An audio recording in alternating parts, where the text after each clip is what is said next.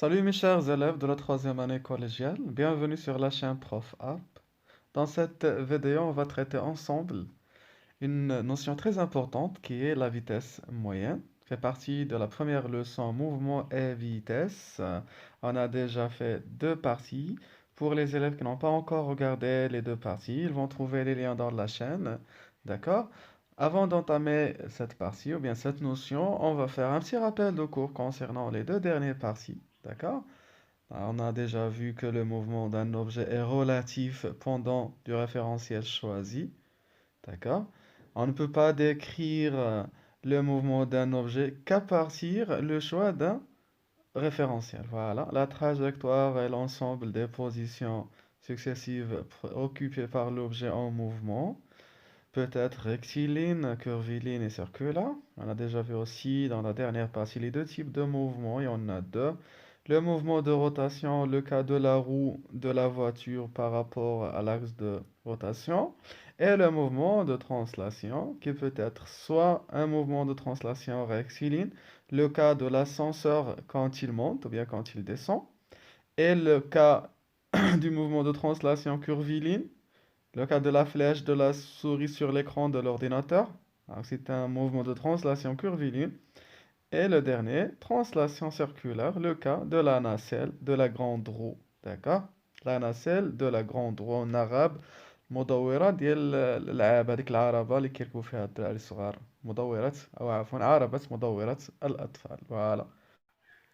Les objectifs que nous allons réaliser durant cette partie sont les suivants. Calculer la valeur de la vitesse moyenne, connaître la nature du mouvement, accéléré, ralenti ou uniforme. D'accord? Voilà la situation problème proposée. La victoire de l'athlète marocain Hicham Garrouj au titre olympique de 1500 mètres en 3 minutes 26 secondes dépend de sa grande expérience par rapport à sa contrôle de sa vitesse lors de différentes étapes de la course. D'ailleurs, les physiciens ont constaté qu'il a parcouru cette distance à une vitesse de 26,21 km par heure. Donc la question qui se pose, mes chers, comment est-ce qu'ils sont parvenus à trouver cette vitesse? D'accord? La première question, comment trouve-t-on cette valeur de la vitesse moyenne? Et la question 2, quelles sont les différentes natures de mouvement de Hicham au cours du temps de parcours? C'est ce que nous allons découvrir dans les activités de cette leçon. On va commencer par la première expérience, ou bien la première activité. Voilà, vous prenez les cahiers de cours et vous écrivez grand 3 à la vitesse moyenne, expérience. Hicham El Gourouch a pulvérisé, Hattama, pulvérisé, le record du monde de la distance 1500 mètres à une vitesse moyenne de 26,21 km par heure. Comment ont-ils pu calculer cette vitesse? D'accord? Le tableau suivant montre les distances parcourues pendant différentes durées. Vous voyez, la première ligne représente la distance d en mètres, 400 mètres, 800, 1200 et 1500. Et la deuxième ligne, c'est le temps, ou bien la durée de parcours. D'accord? Le temps de parcours. Donc, il a parcouru 400 mètres en 53 secondes, 800 mètres en 1 minute 46 secondes. On convertit cette valeur en secondes, on trouve 106. Donc, vous multipliez 1 minute par 60 secondes. 1 minute égale 60 secondes. 60 plus 46, vous trouverez 106 secondes. Et demain pour les deux derniers durées. D'accord? Et à chaque colonne, on calcule le rapport D sur T, la distance parcourue sur le temps de parcours. Et on trouve 7,55. 7,55. Donc, qu'est-ce que vous remarquez, mes chers? Quand la distance augmente, le temps augmente aussi. Mais le rapport, est-ce qu'il augmente? Non, il est presque constant. Il ne varie presque, il ne varie pas. D'accord? Voilà, on écrit observation. Donc, quand la distance augmente, le temps augmente aussi. Mais le rapport D sur T reste constant On l'appelle la vitesse moyenne. Donc, ce rapport D sur T représente la vitesse moyenne de Hicham El-Guerrouj. Son symbole, c'est V1, mais on peut écrire la relation V1 égale D sur T. Donc, la vitesse moyenne par définition, voilà, conclusion, c'est la définition de la vitesse moyenne. Vm d'un solide en mouvement est le rapport de la distance parcourue D, le symbole D, sur la durée de parcours T. D'accord? Donc, pour calculer la vitesse moyenne, on aura besoin de deux grandeurs. D'accord? La première grandeur, c'est la distance parcourue, le symbole T. Et la deuxième grandeur, c'est la durée de parcours T. Et on écrit la relation V égale le rapport, d'accord, de la distance, de symbole D, divisé par la durée de parcours T. Voilà.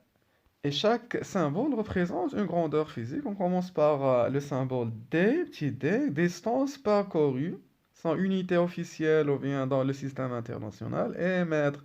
C'est-à-dire, si vous trouverez la distance en centimètres ou bien en millimètres, vous devez la convertir en mètres et puis vous appliquez la relation V égale D sur T. De même pour T, regardez le temps de parcours en secondes.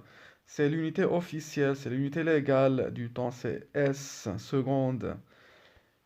Voilà, et la vitesse moyenne, Vm, c'est la vitesse moyenne, sans unité légale, et M sur par S, mètres par seconde, ou bien mètre seconde moins 1 sont deux unités similaires, identiques. Vous pouvez utiliser l'une du deux, et quant à moi, je vous conseille d'utiliser dans cette année mètres par seconde, d'accord? De peur d'oublier le moins de 1, d'accord? Parce que certains élèves écrivent mètres seconde comme ça. Et c'est faux, d'accord? Bien. Remarque. La vitesse moyenne d'un mobile peut être calculée en kilomètres par heure. Voilà la deuxième unité de la vitesse moyenne. C'est l'unité pratique de la vitesse. Et mètres par seconde, c'est l'unité officielle. D'accord? Il y a une relation entre l'unité kilomètre par heure et mètres par seconde. Je vous laisse avec cette explication et je reviens. Suivez, je vais vous expliquer la conversion de kilomètres par heure en mètres par seconde. Donc, 1 km par heure s'écrit 1 km sur 1 heure. D'accord? Et puis, on convertit 1 km en mètres. Ça va donner 1000 mètres. Et 1 heure en secondes, c'est 60 minutes. Et chaque minute, 60 secondes. Donc, 3600 secondes. D'accord? On simplifie par ça ici, par ça. Et aussi par ici.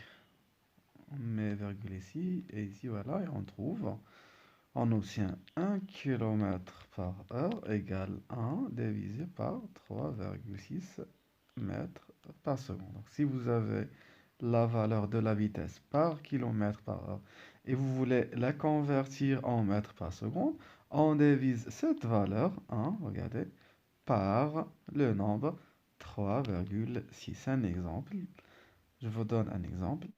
Nous avons ici la valeur Vm égale 25 km par heure et on veut la convertir en mètres par seconde, d'accord? La règle est comme suit, on prend la valeur d'abord, 25, on l'écrit de nouveau, voilà, et puis on la divise, voilà la règle, sur le nombre 3,6.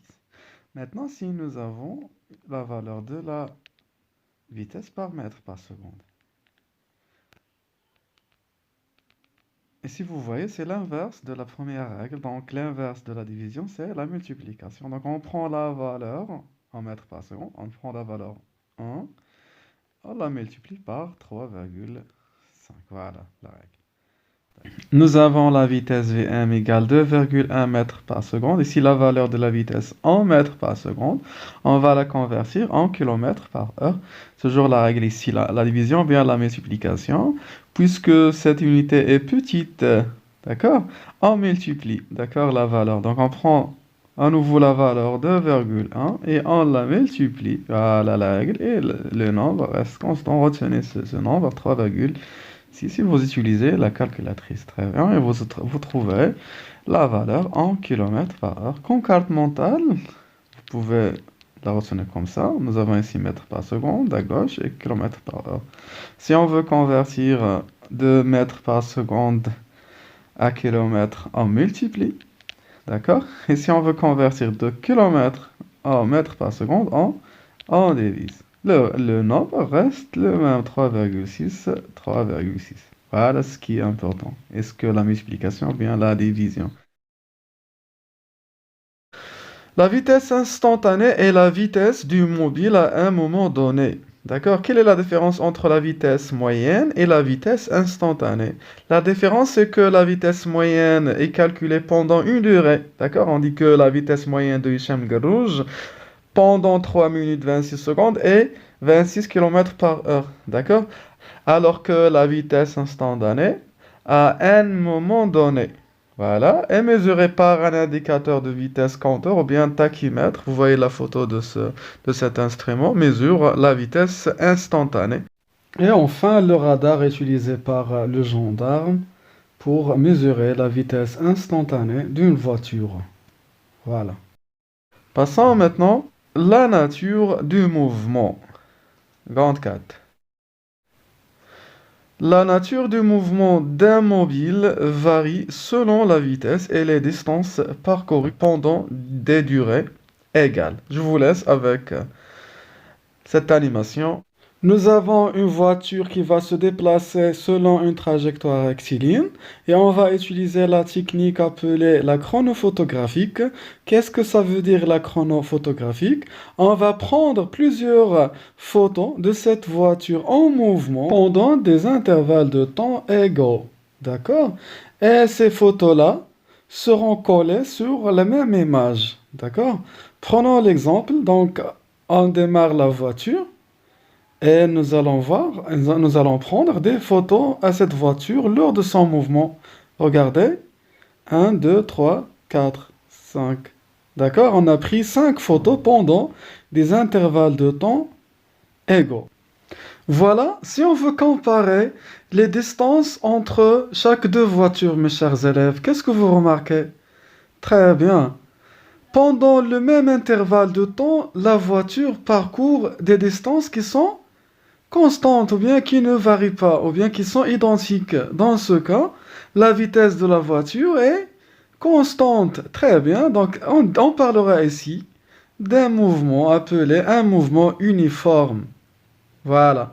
C'est ce que vous voyez maintenant, c'est un mouvement uniforme. D'accord? Parce que les distances parcourues pendant le même intervalle de temps sont égales, ne varient pas. Et dans ce cas, la vitesse reste constante, c'est-à-dire ne varie pas. Passons maintenant à la deuxième nature. Regardez si les distances de plus en plus diminuent. Voilà, ici, la voiture roule de plus en plus moins vite. Dans ce cas, on dit qu'il s'agit d'un mouvement ralenti. Très bien, la vitesse diminue. Un mouvement ralenti. Voilà. On passe maintenant à la troisième nature de mouvement. Regardez ici, les distances de plus en plus grandes, ou bien les distances augmentent pendant les mêmes intervalles de temps. Regardez mes chers. Est-ce que la voiture roule plus vite ou moins vite ici? Très bien, elle roule plus vite. Dans ce cas, on dit, ou bien on parlera d'un mouvement appelé un mouvement accéléré. Voilà, on commence par le premier type. Vous voyez dans la photo 4 images prises pendant des intervalles de temps égaux, d'accord? Et on voit que les distances parcourues sont égales. Dans ce cas, le mouvement est uniforme. Et si les distances sont égales, c'est que la vitesse est constante, d'accord? Voilà, on appelle ce mouvement uniforme. Et voilà, et on écrit un mouvement est dit uniforme si les distances parcourues pendant la même durée sont égales. Alors, sa vitesse est constante au cours du temps. D'accord? Passons au deuxième type. Regardez ici les images. Vous voyez que les distances sont de plus en plus augmentent. Et dans ce cas, la vitesse augmente aussi. On dit qu'il s'agit d'un mouvement accéléré. Voilà, un mouvement est dit accéléré Si les distances parcourues augmentent pendant la même durée, alors sa vitesse augmente au fil du temps. Et le dernier type, c'est le mouvement ralenti. Voilà, les distances sont de plus en plus petites, donc la vitesse diminue. Et si le mouvement est ralenti, un mouvement est dit ralenti si les distances parcourues diminuent pendant le même intervalle de temps, alors sa vitesse diminue au fil du temps. Voilà. Avant de finir ce paragraphe, je voudrais vous attirer votre attention au fait que on ne doit pas confondre ce que fait la vitesse avec le qualificatif du mouvement, c'est-à-dire la vitesse augmente. On ne dit pas la vitesse s'accélère. D'accord? La vitesse augmente, le mouvement est accéléré. La vitesse diminue, le mouvement ralentit. Très bien. La vitesse reste constante, le mouvement est uniforme. On ne dit pas le mouvement augmente ou bien le mouvement diminue. C'est faux. Attention, mes chers. Voilà. Voilà, c'est la fin de cette partie. J'espère que vous l'avez bien saisi. Si vous avez aimé cette vidéo, n'hésitez pas à me laisser un petit commentaire. D'accord? Voilà, prenez soin de vous. À très bientôt, mes chers.